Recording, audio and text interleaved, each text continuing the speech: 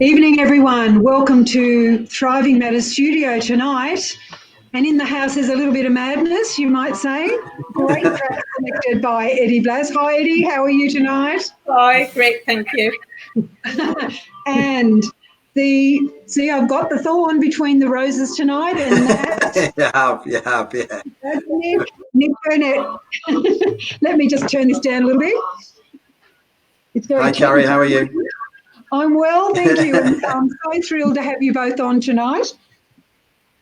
Just beautiful. There we go. So thrilled to have you both on tonight. And I'm looking forward to cracking conversation about your interests, your passion around futuristic thinking, creating innovative thinking, all those great things. And at the middle, as we're in the middle of a COVID epidemic, our series for Thriving Matters Studio is all around education matters. So thank you very much, listeners. If you are listening tonight, pop onto the chat and give us a little bit of love as we go through. You will be riveted to the conversation tonight, I am sure, as you have been in previous weeks with our other great guests.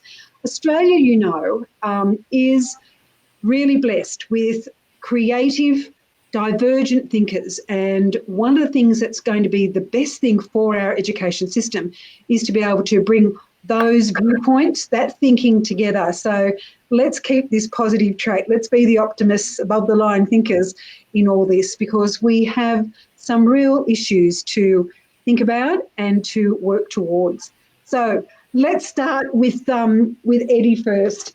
So, Eddie, it's great to be able to introduce you, and we did discover this afternoon a little bit about your heritage, mainly through your accent. So I'm just one of those curious bees that has to ask. So, you know, born in Scotland, yes, yep. Not far from my family of origin, in the top of the UK, just near the Scottish border, and then into London. You've got your accent sort of molds it, and then over to South Australia. Yes. Yeah. Great. All right. I was in Melbourne first, so I'm feeling the love for all my friends in lockdown. Thank you very much. And usually we send a little bit of love down to Melbourne during this time. Lots and lots of educators, many who we probably have in common. But let's have a look, Eddie. You are great interest in transforming learning, cooperative and social enterprises. Your research background, you have a lot of experience in the education sector in all parts of education, not just schooling, but post-school, TAFE, university.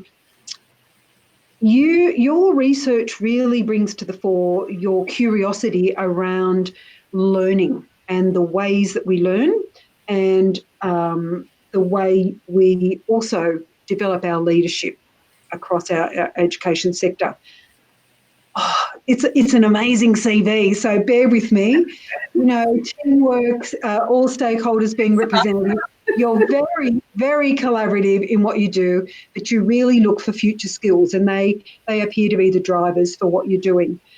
Online learning, scenario planning, practice-based research, talent management. Oh my gosh, do you exhaust yourself, Eddie? A lot of time, yes. So, you're very welcome tonight. Now let's move over to Nick. Nick is also a presenter and an executive coach, and many years ago, Nick and I did bump into each other when I had started my coaching interest, and we have been colleagues ever since then. Nick's had a number of education roles, leadership roles, from teacher through to senior leader, school principal. And since 2004, you've been a coach, a trainer and consultant. But you have a really keen interest in the future, navigating myriad of leadership, restorative practices, solution-focused practices, and you have a real passion for our different learners, our diverse learning needs of students. And I know you've been recognised, both of you have been recognised by your peers in the fields of education. So welcome to you both. So let's get down Look, I don't know. As I've said to a number of times, I get a little bit tired. I get a little bit exhausted when I read amazing things that you've both done. So thank you for saying yes and being interested. We've got a lot to talk about. So let's kick off with what it is that we think the kind of impact education needs to make in the next 2 to 5 years. Not too big a question to start us off, so jump in. Go on, Eddie, you go. Me first. So I think, in the next 2 to 5 years, it's going to be pivotal in terms of change in education and the impact that it can have. And I think, COVID has, in many ways, and particularly for those in Victoria, given people an insight into how education can be different, both good and bad.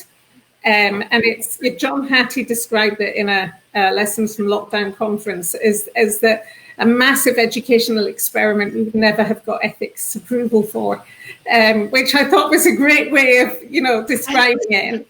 It's just like shut all the schools and let's see what happens. And and that's worldwide. The rest of Australia, apart from Victoria, has really been let off the hook very lightly when you look at what's happening worldwide. And for me, the danger is that as COVID becomes less of a threat, people just go back to the old patterns and norms without really taking the positive lessons that we've learned from this experience forward. Because there have been lots of positives. There's also been lots of, stress, difficulties and disasters for people. I get that as well. But, it's two sides of a scale. Yeah. And I'd really like to see the positives from COVID coming forward and really helping boost education out of that 19th century model that the late Sir Ken Robinson spoke about. This is almost like the impetus we needed to kickstart the change and push us into the future. So that's really what I hope to see in the next 2 to 5 years, is that we embed those changes and really sort of develop them and underpin teacher training differently and all those types of things that can have the knock-on effects. I'm going to go back to those changes, the positive changes, after we hear from Nick. Is that all right, Eddie? So we'll keep the flow going. So it'll be over to you two to keep chatting. So, Nick, what about you? What do you think? 2 to 5 years, There's some absolute synergies, not unsurprising, what Eddie said. And it's been interesting to see that play out in the way it has in many ways. As I say, we've been thrown into one of my sort of pet things I like in many ways, is what I call practice-based evidence. So a lot of talk in education, quite right, about evidence-based practice, but my throwback is someone's got to try this somewhere to end up with evidence that it works. People think it just falls out of Finland largely, it falls out of no, but people need to try it. So we've been pushed into this massive experiment. But I came across it in some of my other reading around every organisation has an immune system. This is what Ed's talking about for me is, and I think education's got an incredible immune system that wants things, and I can certainly see this in Queensland, where I'm based, where we had kids were not in school for only 5 weeks. Since then, they've been back in school. I go into schools and there's not a huge amount of change, and that's a caution. I'm optimistic that we can move forward as a consequence of this experiment, but I think people are actually quite comfortable going back to the status quo. Teachers and school leaders are. I'm not so sure about the kids. So that's the hope. The change I hope to see is actually, and this is already happening in some schools, as it always is. It's not my quote, but the future's already here, just unevenly distributed, isn't it? So part of what I what I try and do is seek out those schools, those organisations that are already reimagining what the future might be. And those that are doing it well, one of the key factors for me is really engaging with the students. What do they need? How do they best learn, as opposed to what suits how we teach or what suits how we deliver the curriculum? It's sort of the tail wagging the dog from my perspective. And there's a whole range of reasons which we don't have to dive into why we potentially ended up where we are. But it needs leaders to be truly courageous to actually seize this moment and say, here's an opportunity that's really disrupted people out. Now we've got a chance to reimagine how things can be as opposed to let's just get through COVID and then revert back to the way things have traditionally been. It's an interesting. I like that immune system, and it's an experiment that was abrupt and immediate for how we're going to do this. So come on, Eddie, give us some of those positives that you led with. Come on. I think, some of the positives are that, kids who were disengaging from school, some of them have actually got really engaged through learning at home. Because they're much more in control of what they're learning, how they learn, and when they learn it. And so what it has done is it's demonstrated to schools that there is a group who are much more independent learners than perhaps the schools have thought. And maybe they can be better catered for in future in a kind of school system where maybe they go in 2 days a week and 3 days a week, work remotely on projects and utilize different pedagogies than the teacher being the sage on the stage at the front, and actually allowing the kids to develop their own inquiry skills, their research skills, their ways of doing things. So I think that's one of the real positives. Not sure every teacher would agree, but it's back to that courageous leadership thing. I think other positives, it's really challenged some teachers in the way that they teach.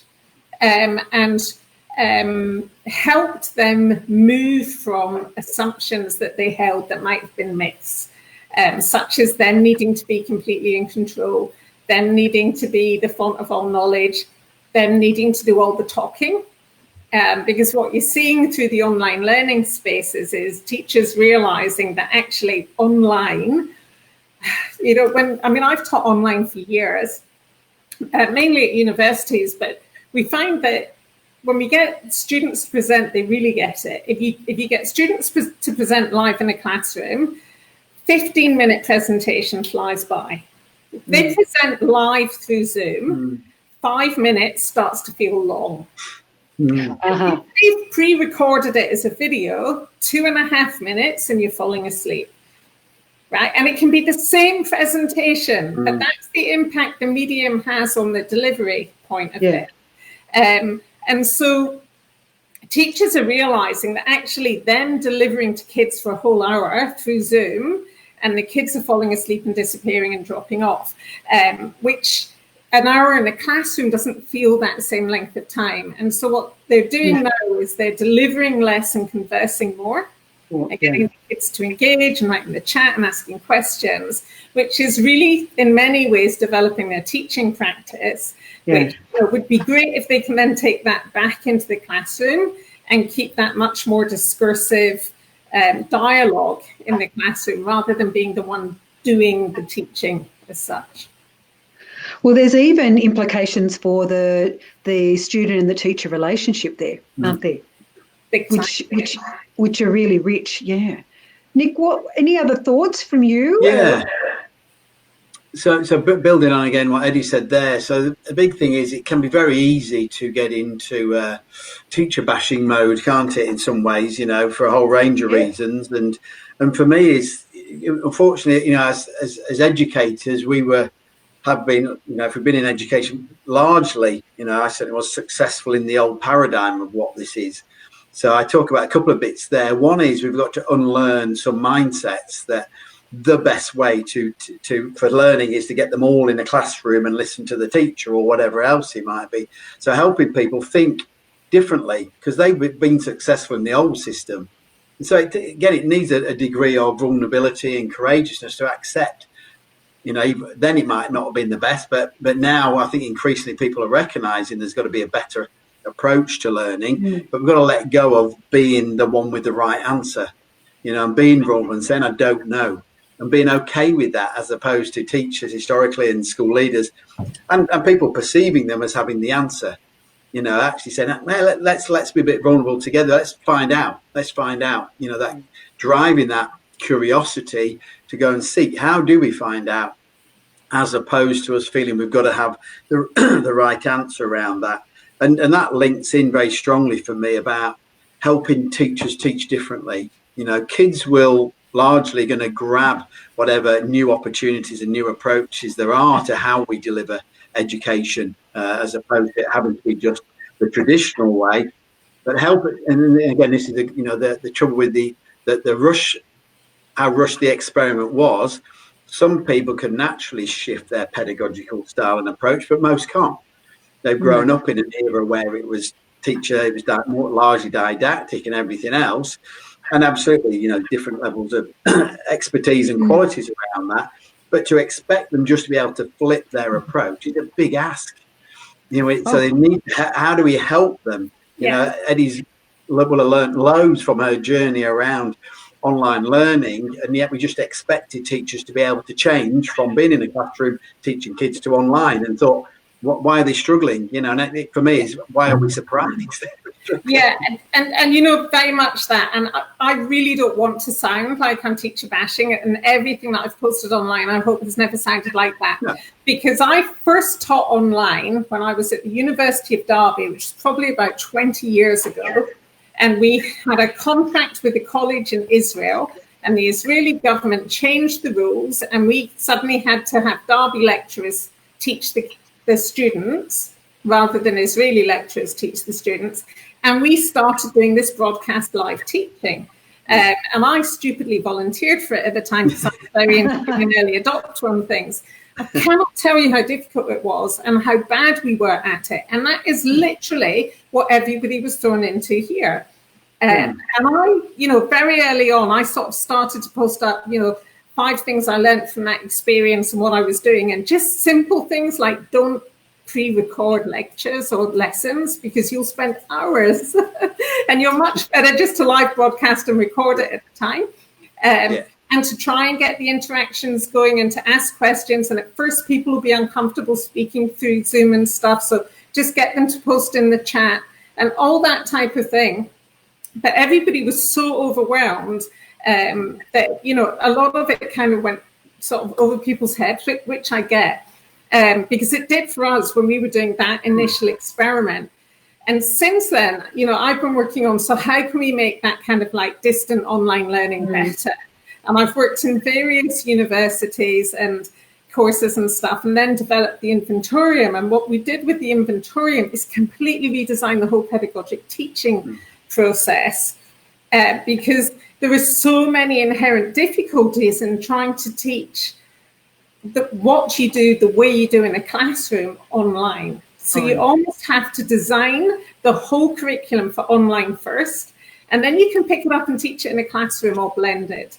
But it's really difficult to go the other way, because the way that you think about people interacting, the way you think about groups coming together, questions being answered, conversations building, just doesn't happen in the same way online. No. And that's any of us who have been on Zooms, have been in professional learning, we've all noticed what the difference is. And part of it is the fatigue that you get from that. I think that's also moving around with how we're learning from it. So for the university class, you might have 3 hours scheduled as a live session, and you can run for 3 hours with a coffee break in the middle, and everybody's engaged for the 3 hours. 3 hours online is exceptionally hard. You're more likely to do 1 hour and then another hour later on with like lots of chat in between. Because that, period of time online, as you say, the fatigue is just phenomenal. So I don't know how teachers have, where they've been working like standard school day online all the time. I mean, that would just be so draining. Look, one of the things I was going to say to you both was what I'm hearing from many people is that the teachers are working longer than they were face to face. And then we all know I have a family of teachers. Most of us, if we're in the profession, have some type of outer circle that keeps supporting us.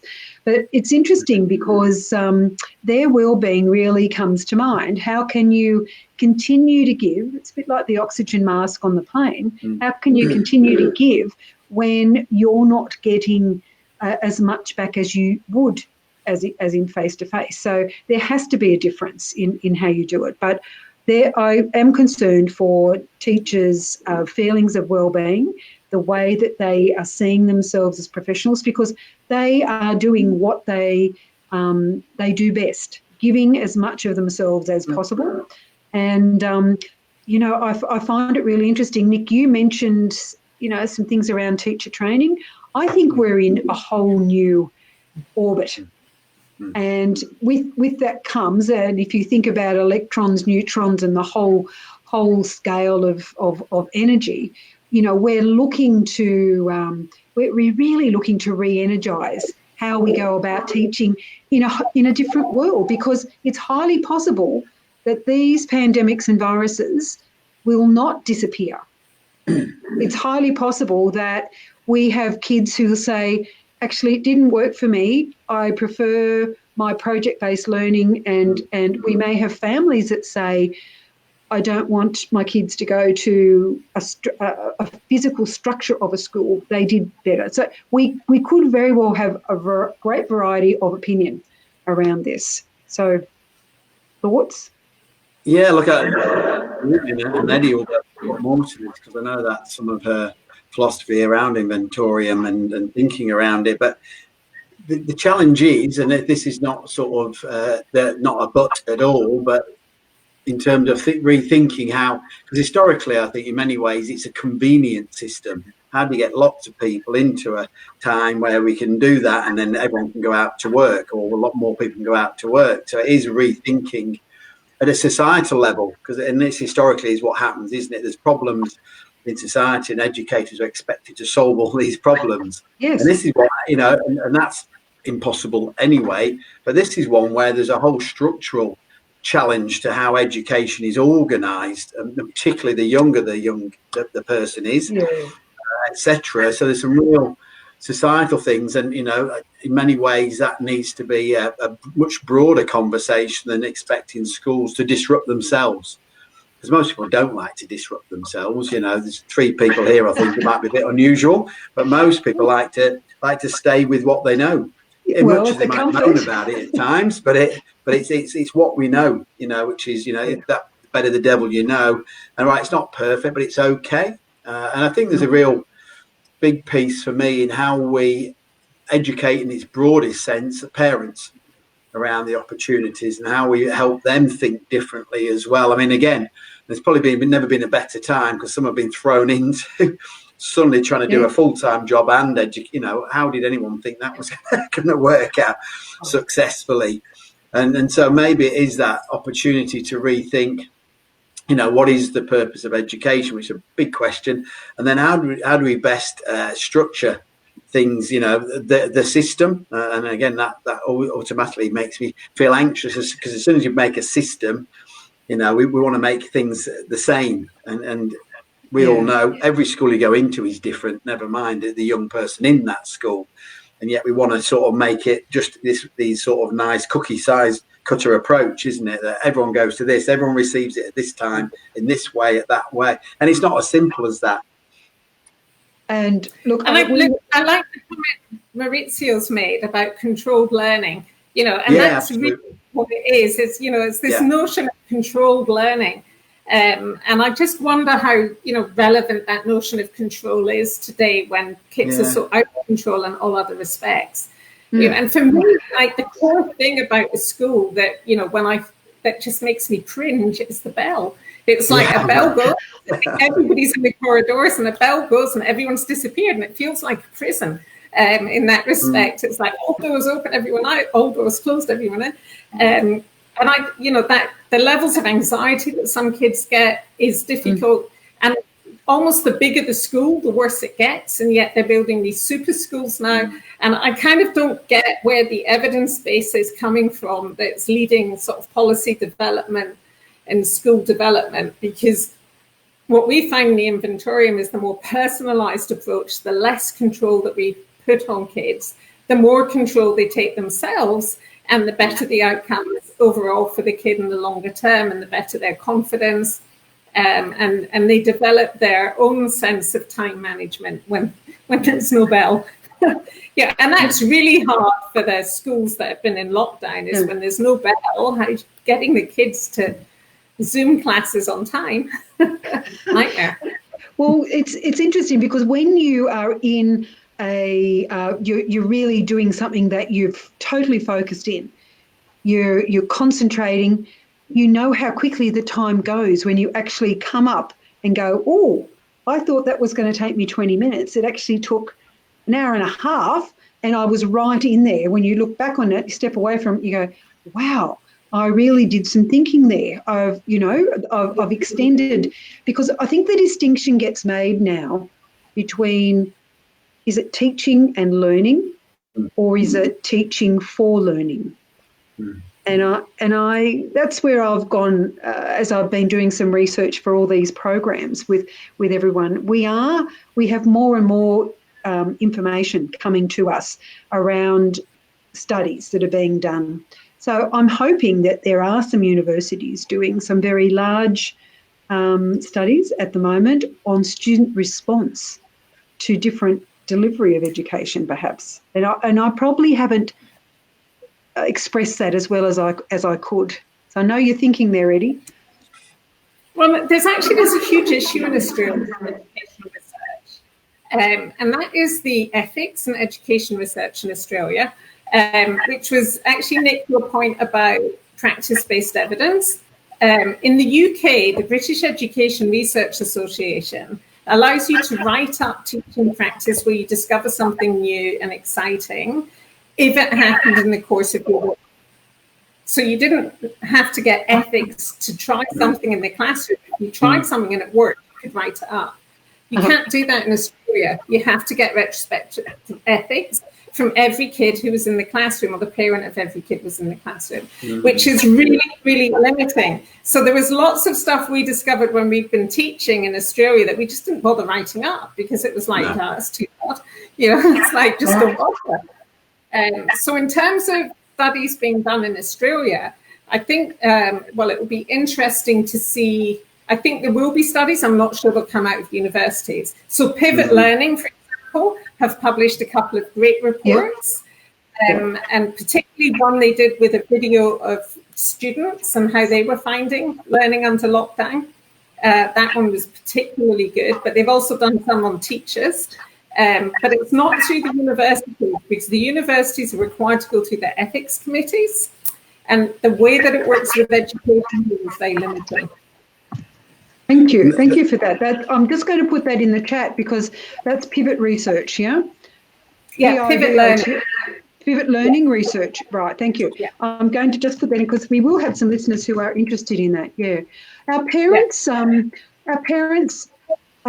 have really been quite vocal as well, saying that they felt the care and the love and the concern from the schools where their children were at. And last week, Chris Smythe was telling us that in his system of schools, what they've all decided has been the bonus of all this is the increased parent-home school partnership around the students' learning. So I would hope that we could free up and capture some of the good things that are happening, but the observations that we need to take into consideration. So let's hope we can actually move a little bit forward on that. Because for me, the well-being of everyone concerned is the issue here. Because we won't learn if our well-being is under threat, if we're under stress, if it, that's... No. There's a couple of bits.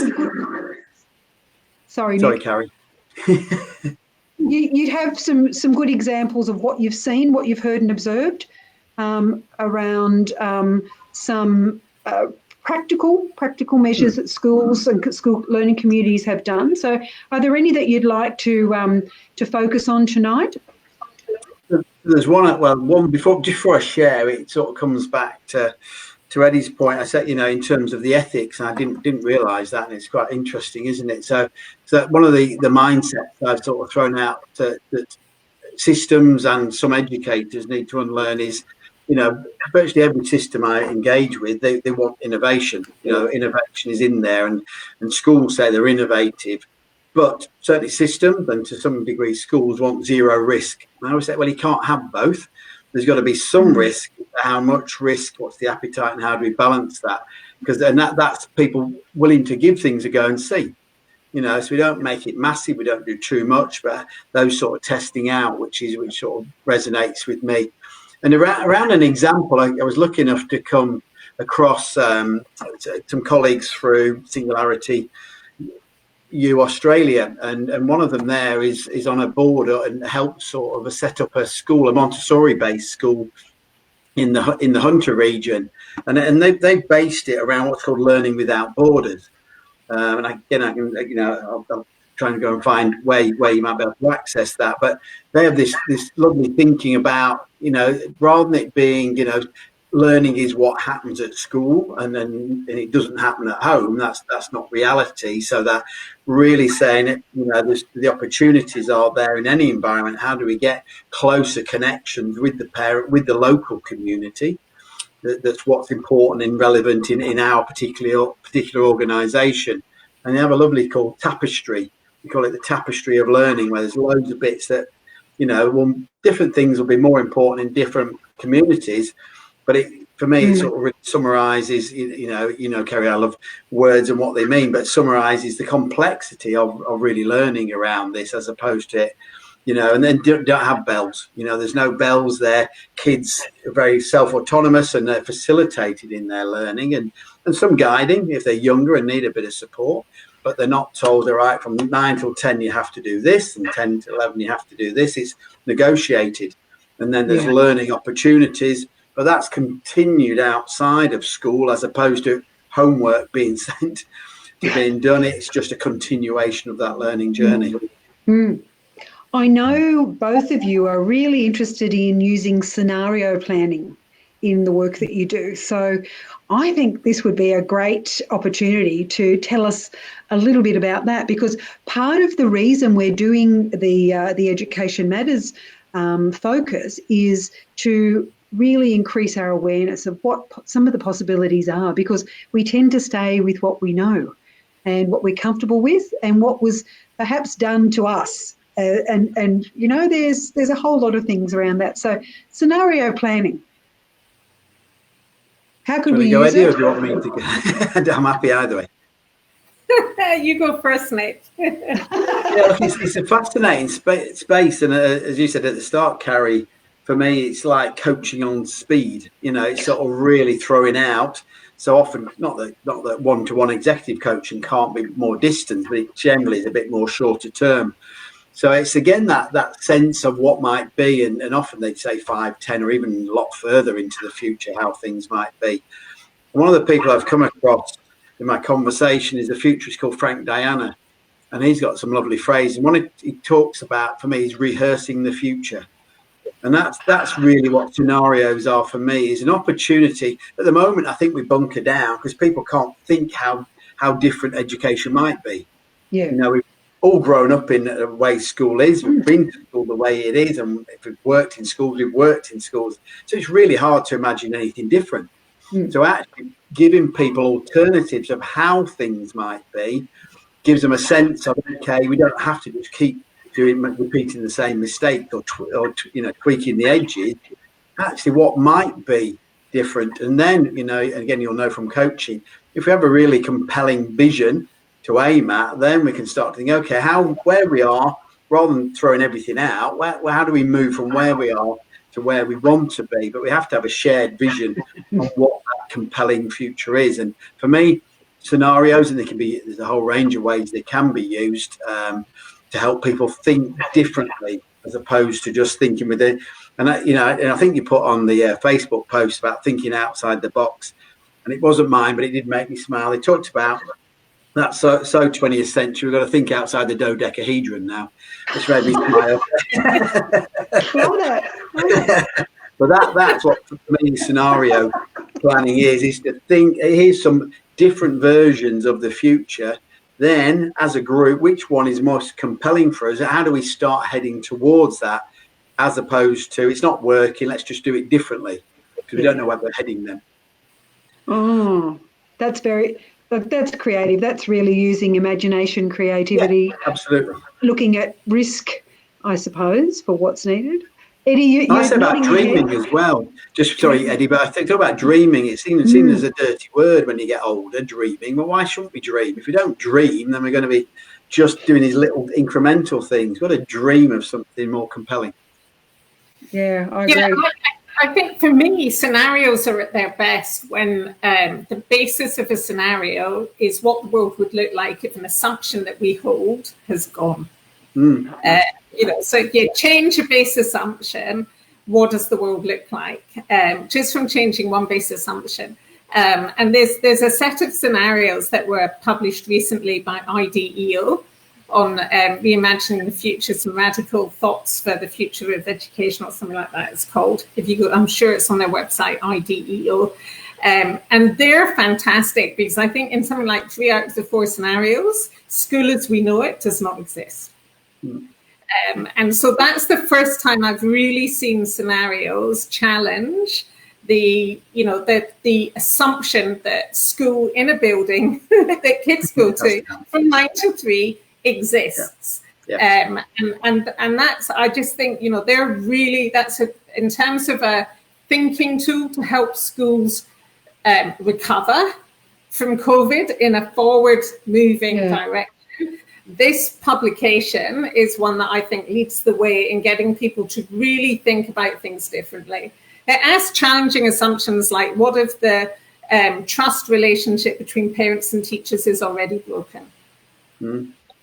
We assume that's there. We assume parents are going to actually support teachers and back them up. But actually, what was happening prior to COVID a lot of the time was they weren't. Maybe they will more now. They've got the experience of being teachers. But, what if? What if? That's it. What if? And I said to Nick earlier, while we were waiting to come on, what if we have a whole lot of parents who now say it didn't work for my kids, but their reading, their literacy, the basic skills really shone through it during the isolation period, not being taught from at home. What if that happens? What if we have another massive increase in the number of homeschooled well, because also it's pivot professional learning. I suddenly realised when you wrote it up, there's a word missing. It's pivot professional learning. But what their research showed, amongst other things, was that the kids miss the extracurricular activities more than the school lessons. So there's almost something about go back to offering that first to really make the kids feel well, improve their social and emotional well-being, and then gradually add back classes. Because the sort of classes that they're coping with, the bit they're not coping with is missing the extracurricular activity, which was where they really made their friends and had fun. Yeah. And you would expect that. Yeah. Yeah, like I say, it comes back, and you mentioned it earlier too, Carrie, that it's almost seen as, well, not almost, it often is seen as social emotional learning as an add-on, as opposed to a foundation. Because as you said, if we're not in a great space, no matter how great the teaching is, I'm not going to learn anything if I'm not in a great space. So it's seen as like, where can we fit it in, a bit here and a bit there, as opposed to let's get that bit right and let's see what we've got left and what might be useful to add in. That way, sort of trying to flip, as you were saying, Eddie, sort of flipping the view, isn't it? And just because in some ways it's hard to measure, unfortunately, I think, it worries me that's why it's not in there, that we can't measure things and we can't say, we can't judge teachers by their measurement or schools by what they achieve around that, as opposed to decent, thriving human beings all find their own journeys. I thoroughly enjoyed my education, but it was largely the social side of things. I could do the things I needed to do to pass, but how much of that I learned going through primary school I did, because reading and writing and arithmetic, they're still pretty foundational. But what did I learn at secondary school? How much of that do I access? Oh, hardly any. Very, very little do I access. Some people will access loads, but that's the risk, is we expect everyone to have the same thing, as though we're all going to go off and do the same career. Now, that was never true. And it's even more incorrect going forward, because we don't know what jobs are going to be created. We can't even imagine what most of them are. That's so true, isn't it? It's so true. We don't actually know. We're sort of second guessing ourselves, looking at what trends are. But the great thing is we're actually using AI to help us compile, connect, and change. That's what I think. But I think as a young person today, and I was facing that, and people constantly were telling me, oh, chances are half the jobs you'll be doing don't even exist yet. I'd find that really unnerving, and I'm pretty good at living with uncertainty and working with uncertainty because I like playing with the future, and it's, but, if you were leaving school now and you're about to incur a lot of HECS debt, studying for something that might not even exist in the future. And I mean, that just, the anxiety that would create for me would be huge. And I don't know how we help kids deal with that other than talking to them about it. But we never had that pressure. We never thought it was going to change that fast. Whereas now they're almost like thinking, well, I learned this, it's out of date already. And then, then what? And it's almost like, what's the point? Sometimes you're absolutely right. It's an interesting tension, isn't it? Because it's almost, and I know you're not suggesting, I don't think you're suggesting this in terms of saying, all right, choose a career and you're going to get your gold watch at the end of it either. So the way I'm not saying it's the right way, the way I've spoken to our kids is think, what do you enjoy? It's a bit like the ikigai. I forget exactly what it means now, that Japanese concept. What am I good? What do I love? What does the world need? What can I get some income for? There's another one, isn't there? But yeah, what am I passionate about? I can't remember now. I've put it in the wrong order. But have a sense of, for the next 2 or 3 years, what do you want to give your time to, rather than trying to overthink something you're going to do for 20 or 30 years, and also thinking, it's no point because no one knows anything, isn't it? I don't know if that's the right answer, but trying to make it a bit more manageable, this thing. And a real tipping point for me was about, and it's good school, I'm not criticising the school here, it would have been about 4 years ago, going to a careers evening. Why we still call them careers evenings? But going to a careers evening and thinking, this hasn't fundamentally changed when I was at school. This thing, you've got to choose your pathway for life. That's not helpful either, because they'll head off and end up with a massive heck debt.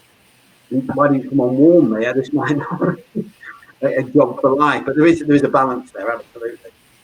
And I agree. You made me just think then, none of what we're going through now should actually force anyone to drop the idea that they can't learn anymore. No. It really should be piquing our curiosity to say, what if this happened? What if? And I think that's why, we've got such a big challenge in front of us, but it's an exciting one at the same time. And for those who want to call me an eternal optimist, you can go right ahead. I'm also a pragmatist and I can be a realist, but I think we've got a red hot shot to have a good look at how we can really build all the skills for social and emotional well-being, then look at how we know how we learn, how we build our relationships, because we can source the knowledge very easily. It's at our fingertips, isn't it? Look, I have to thank you both for a very engaging conversation tonight. There are some comments on the chat for our listeners if they're curious about some of the things we've been talking about. Eddie, if anyone would like to get in contact with you, what would you prefer? How would you like them to contact you? Email's best. Just email me. Yep. And can you share my email address, or do you want me to? Eddie. Just Eddie. Eddie Glass, Glass. Eddie. No, just Eddie. Eddie. No surname, Eddie at inventorium.com.au. All right. Inventorium.